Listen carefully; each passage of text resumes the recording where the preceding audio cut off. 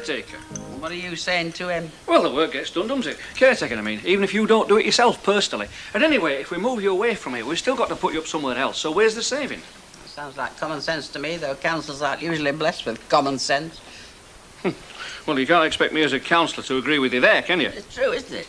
If it weren't, you'd have stopped them new flats in Liverpool Road from being smashed to smithereens. How much of the ratepayers' brass would you have saved if you'd done that? Millions. But I've been expecting something like this to happen. I don't want to leave here.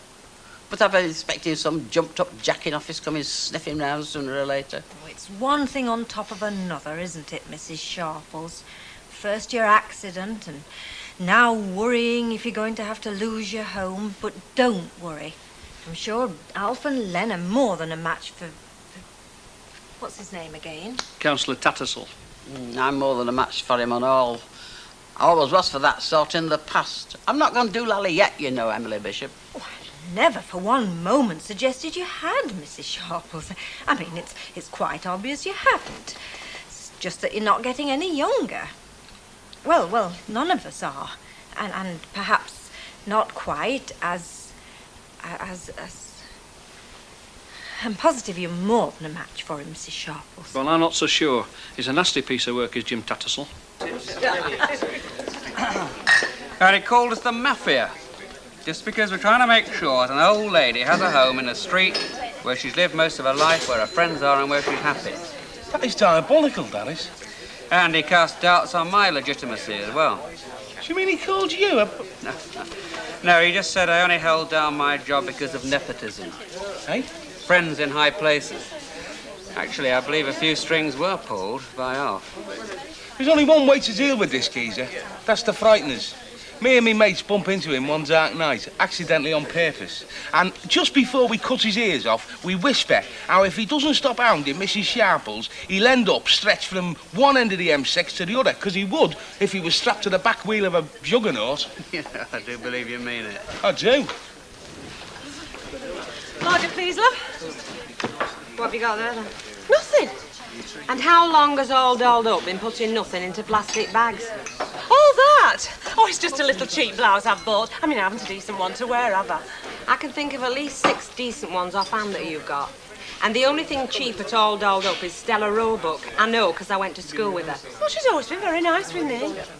You think you're going to pinch Les off me, don't you? Don't be silly. Well, you've no chance. My ear's still red raw from where he nibbled it last night. And what do you think Eric was doing to my ear? All right, so long as we know where we stand. Les is mine, Eric's yours, right? Right. Now then, we've got this little matter cleared up. What time are we going to this party? Well, I thought we'd get there about 9-ish. We don't want to seem too eager. Leave about 7:30 then. How long will it take to get sashing on the line? About an hour. Then you've got to get through front of your guard, you know. Right, 7:30. Did you want that lager? Well, I did, but I think I'll go home now and try my blouse on. Stella Roebuck seems to think it'll look a knockout, not to mention sexy. For the last time, if there's any comebacks, I'll take the blame. Oh, yeah, but, I mean, do you think it's wise? Look, isn't it like adding fuel to the flames? We're entitled to an hour or two off on Wednesday afternoon. Besides, all the shops in Weatherfield are shut. Yes, but, I mean, we're a cafe as well, supplying a service. Not this afternoon. We're going to Manchester for a couple of hours. It's not a crime. Well, I think you're just doing it to spite Mr. Fairclough myself. Nothing at all. Well, you're being very silly if you are. I am not doing it to spite him. Look, don't you think you've carried this silly feud on long enough? Not a feud. I did nothing wrong. He behaved like a pig. Oh, no, you only invited the son of your boyfriend. Why don't you say ex-lover? That's what you wanted to say, isn't it? Can't you say lover? Yes. Well, go on. Say it. Lover. Anyway, as I was saying, you had him stopping here in Mr. Fairclough's house without even bothering to ask him. It's half my house. I married Fairclough April 20th. I'm Mrs. Fairclough. I shouldn't have to ask. Oh, Rita. Oh, Rita what? Well, marriage is give and take, or it should be. So you want me to give him? Oh, yes. I mean, would it be so terrible? Why don't he give him? Because he thinks you're in the wrong. I think he's in the wrong. So it's stalemate, is it? Oh, look, Rita, why don't you be the generous one? I mean, somebody's got to back down sometime. It'll go on forever and you don't want that, do you? Oh, please, Rita. it upsets me to see you falling out with Mr. Fairclough, and so soon, too. I mean, well, I'd got such great hopes for this marriage. I mean, two mature people. Do you know what I think? What? I think that's just what Fairclough's hoping for. That I'll back down, give in. Well, he's got another thing coming. Oh, come on, it's going to be too late to get to Manchester. Thanks very much. Cheers. Cheers. Why didn't you bring one for yourself? Oh, I had a couple of pints in the Rovers. It's top whack for me dinner time now. It doesn't mean you can't afford one, does it? Oh, no, I'm dead flush at the moment. Dead flush. Councillor Tattersall hasn't shown up yet, then. Where's he going to? Well, Ken Barlow said he could. What's to you if he does come? I'd just like to be here. Why? Well, if I'm sitting in the corner, all 15 stone of me, it'll remind him to watch his manners, won't it? And encourage him to have a bit of respect for an old lady. Especially if I scowl at him. I once put a policeman on the sick list just by scowling at him, you know. Well, it was dark and I did have a nylon stocking over my head. So, you see, you want to be a kind of bodyguard, is that it? All the best people haven't, Mrs. Sharples, and some of the worst. Ah, yes, but they can't look after themselves and I can. Oh, I won't lay a finger on him, honest.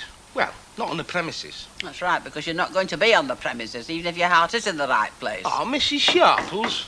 Be a good lad and go and see who that is, will you?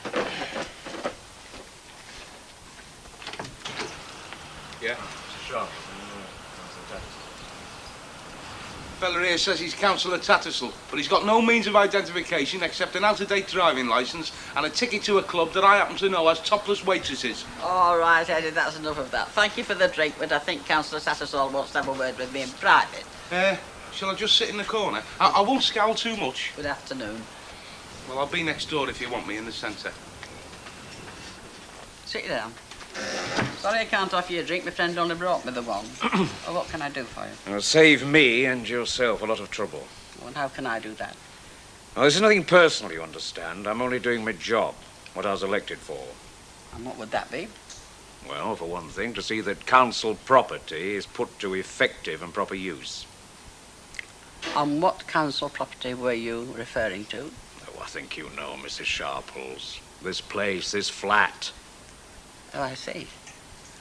So you think it's being put to improper use, do you? Well, I can assure you that it is not. I live here by myself. I'm quite respectable.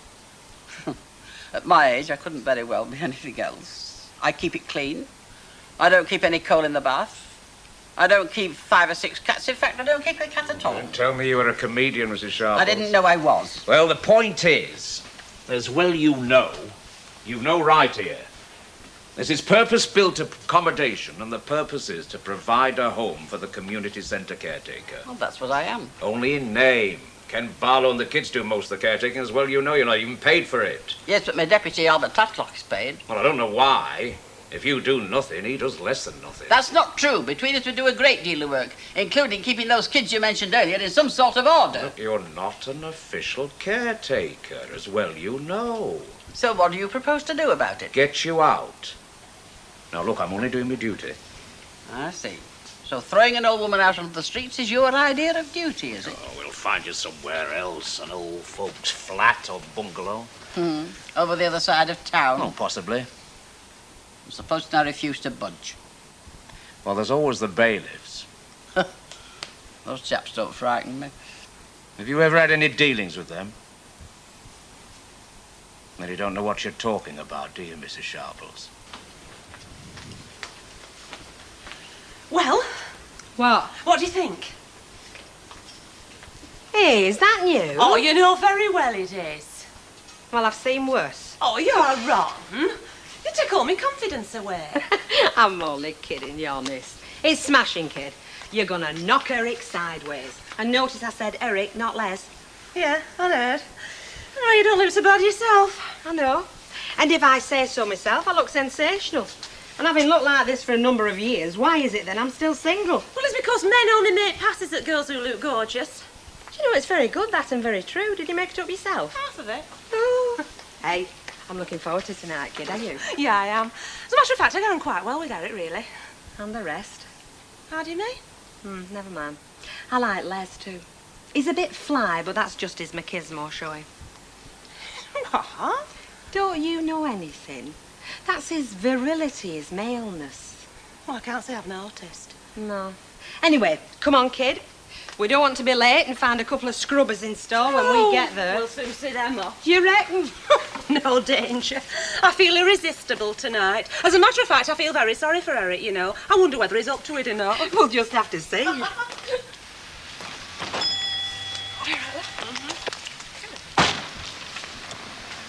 There they go. Looks like we're on, mate. It's like taking toffees from a babby.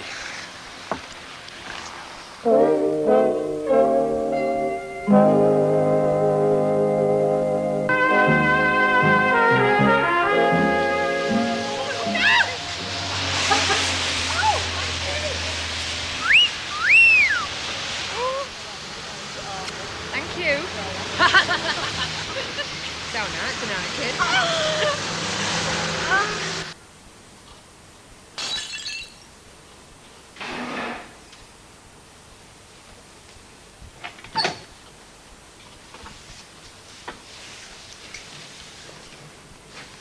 Keep away from the door for now, there's no blind. And try not to knock out else over. How much a week do you spend on drink? And what business is that of yours? Well, I never see you without a glass in your hand. What's up, Albert? You spent your pension already? I'm near. Well, you want to do what Charlie Mason, or after his old friend, used to do. While he had brass in his pocket, he never was sober. But as soon as it had gone, he used to turn religious, march up and down the street singing hymns with a placard that said under new management. Well, I don't see what you've got to smile at. Not from what I've heard. Oh, who have you been talking to? Well, I can, for one. You know, I knew that Tattersall fella were up to something when I met him in Cornier's shop yesterday, and he never stopped asking questions. About me? Well, Aunt Centre. And I'll bet you weren't backward at coming forward either. I said no. Oh, that'll be the day with a mouth bigger than a crocodile. Anyhow, if you're worried about me, you've no need to bother, because Alf Roberts has got my interests at heart. Mind you, he's not the sort of fella I'd ride behind on a tandem who's a bit of a wet end, but he'll do his best. Knuckle Butty, that's what he wants. Have you ever given anybody a knuckle butty? Of course I have. Just shows you know the different kinds of life we lead. It's all a question of diet, Ernest. You see, Eddie here eats raw meat, don't you? Any other sauce? Hey, Len, what's Alf doing about Enid, you know? Oh, he's having a word with a few of the Social Services Committee. He's going to get to them before Tattersall does. Sure, I hope he does. I didn't know they liked folks in their scruff to come in here at night. I reckon it knows the tone myself. Are you talking to me? Oh, it's you. Do you know, I thought it was some passing bum. Hey, when I said play it cool, mate, I didn't mean leave home. It's her that's flipping left home, innit? Well, she might just as well have done. I mean, she's been out shopping all afternoon, nothing to eat when I come back at night. You know what all that's about, don't you? Well, you're going to tell me anyway, go on. Yeah, she's having a last fling before she capitulates. You reckon? Definitely. It's all happening just like I told you. Now have a drink. 2 pints, please, Betty. Len? Are you up there? Len? He's not in. Perhaps he's working late. Aye, at Rovers, if you can call propping up a bar working. Now, Rita, remember what you said. I am doing my best to keep my temper honest. Then why's your neck gone all red? Your neck always goes red when you lose your temper. It does not. Yes, it does. When your neck goes red, then I know to keep out of your way. How come you notice things about me nobody else does? Oh, perhaps because I'm very observant. Well, stop being so observant. There's things folk don't want to know about themselves. They're happier in ignorance, especially when you talk about their necks going scarlet. Oh, I said red. Well, it's pale pink, actually. Sorry. To prove I meant what I said, I am going to assume that Len is working, and I'm going to make him a lovely tea with these prawns I've bought him, and I'm going to give him every chance to make it up between us, providing he's back in next hour. Oh, Rita, you'll not regret it. It's better to live like 2 lovebirds than cat and dog. 2 souls with but a single thought. Yeah. 2 hearts that beat as one. Beautiful. Do you know, Mavis, you'd have been better off singing in heavenly choir. You're not of this world. That's very true.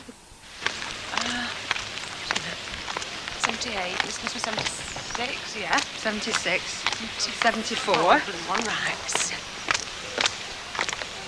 Hey! It's boarded up.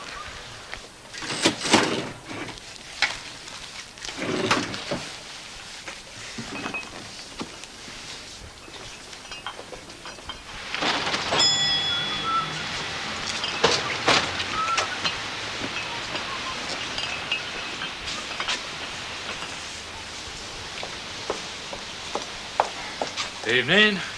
Oh, hello. Working rather late, aren't you? Yeah, well, it's the only way we can keep up in summer. People get thirsty. You know, I've known us delivering well midnight, especially last year. Still, it's good for business. It must be. Great. I'm sure nothing will come of it, Mrs. Sharples. He's all wind and water, that fella. You know me, I'm a good student of human nature. Oh, we shall have to see about that, won't we? You don't seem very worried yourself. Of course I'm worried. You're not much good as a student of human nature. Hey, look who's just come in. Who's that? Tattersall. Well, of all the flipping cheek, that's rubbing it in, that is. He's coming here to curl his lip. That is definitely aggravation. Well, I'll straighten it for him. You stay here, sit with you. Sit down. Lager and lime, please. Half for a pint. No, just a half. Moderation in most things, that's my motto. Yeah. Oh, hello then, Len. Private meeting, is it? I dare say you have a lot of these around here, do you? Private meetings. Now, what was that then, Jim? You heard all right, Len. The one thing you're not is deaf. Oh, no, I'm not deaf. I just didn't get the drift. Well, he got the drift all right, didn't you, Mr. Barlow? Yeah, you're suggesting we're having a meeting of the local mafia, are you? If the cap fits. You can be an objectionable sod when you want to be, can't you, Jim? Then, Len, remember that you're a public figure. Your pub fighting days should be over. Don't bank on it, James. Well, I'm not a public figure. And I tell you this. Don't get involved, Look, somebody's got to get involved, Emily. Look, I tell you this. If Ina has to leave her home because of you, you're going to have me to answer to, and I mean that. Hey, did you know he agreed with fisticuffs, eh? There's always a first time for everything, Eddie. Look, Mr. Tattersall, don't you think it'd be better if you left, you know, before there's any trouble? You don't need to pay for your drink. I'm going to pay for it. Oh. And drink it. I came in here for a quiet glass of beer. It's them that's causing the trouble, not me. I think he came in here deliberately to provoke us. Of course he did, Ken. Don't argue with him, just hit him. I came in here to see Mrs. Sharples. I believe this is her second home. You're not going to let him get away with that, are you, Mrs. Sharples? I've been insulted before today, Eddie Yates. You stay where you are. He's only telling the truth. You can say what the hell you like about us, but one more crack about her. Now, that's enough, Len. Yeah, leave him, Len. He's not worth it. You've been warned. And you've been warned, and all fair, Clough. Lay another finger on me and I'll have you in court as well as drummed out of the council. Don't be ridiculous, you ridiculous little man. Ernest. We'll see who's ridiculous in a few days' time when that woman's turned out in the street, because that's how it's going to be. I've lodged a formal complaint with the appropriate official. He has to make inquiries. He's got no alternative. And we all know what he'll find, don't we? He'll find that Mrs. Sharples has as much right in that flat as a pair of donkeys. I reckon she'll be out in a month at the latest. Rubbish. Eh? You heard me, Jim. I said rubbish. It's not rubbish, as well you know. All I know is I've just been down to a meeting of the Social Services Committee. And very interesting I found it, too. Yes, well, next time it'll be more interesting when they discuss Ina Sharples. Well, they won't be discussing her, will they? At least they won't if you're as canny as I think you are, Jim. Yeah, they will. Nothing sure, as well you know. Yeah, well, it wasn't just the meeting I found so interesting tonight. It was more the private talks I had with the one or two of the members afterwards. Friends of yours. At least I thought they were. What private talks? Well, I'll tell you. If you'll listen. They all more or less said the same thing. Of course, you know why he wants the old lady out of the flat, don't you? Because his niece has put him for the job as caretaker. That's why. Now, that were them talking. Is that right, Jim? Typical. Has she put him for the job as caretaker? No, she hasn't. There's a bloody slander. Oh. Well, you won't mind me making a few inquiries, then, will you? Well, if she has done, I don't know anything about it. Changing your story already, eh? Kick him in the edge, Alf. Look, I've only been doing what I were elected for. It's got nothing to do with my niece. Now, do you really think folk are going to believe that, Jim? Look, you're hounding an old lady out of her home. And the very next day, your niece is moving in. Now, do you think folk are going to think you're just doing your duty? Or aren't they more likely to think you're just looking after your own? Yeah, and he had the nerve to call us a mafia. Well, Jim? You've not heard the last of this, Alf. I make a bad enemy. Do you hear that, Mrs. Sharples? Alf Roberts has given Councillor Tattersall a bum's rush. Well, I always knew he would. I had complete faith in him. Hypocrite. Where do you think you've been? I've been to Rovers. Oh, well, I'd never have guessed in a million years. Well, where else do you expect me to go? I come home to an empty house and no flipping tea. What do you think that is? Pattern on plate. I wasn't there at tea time. They've been there 2 hours. Them prawns are getting an inferiority complex. Wonder why nobody's bothering to eat them. Are they prawns? I like prawns. Do you? You know I do. I know you're a pig. So it's special, is it? So it's special, is it? Why do fellas think they look appealing when they act like little lads, when in fact they look puddled? Well, even so, can I, That's what it's there for. No bread.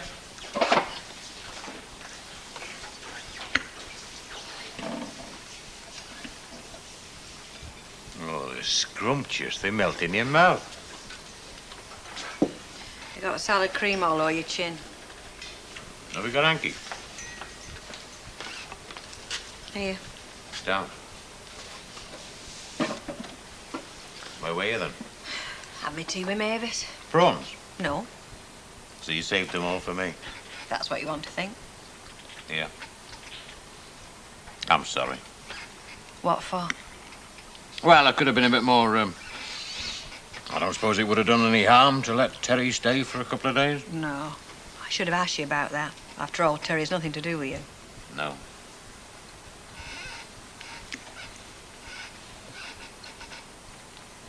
Do you want one? Just one. Lovely.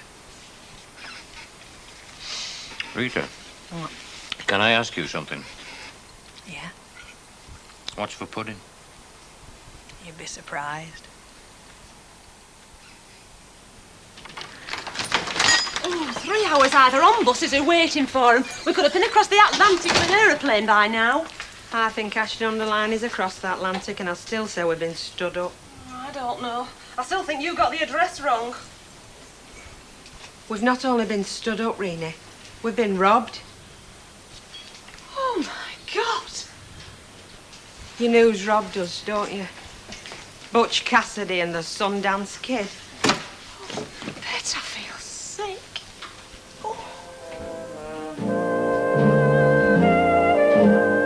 More memories from classic Coronation Street at the same time tomorrow. But next on Granada Plus, it's the Comedians.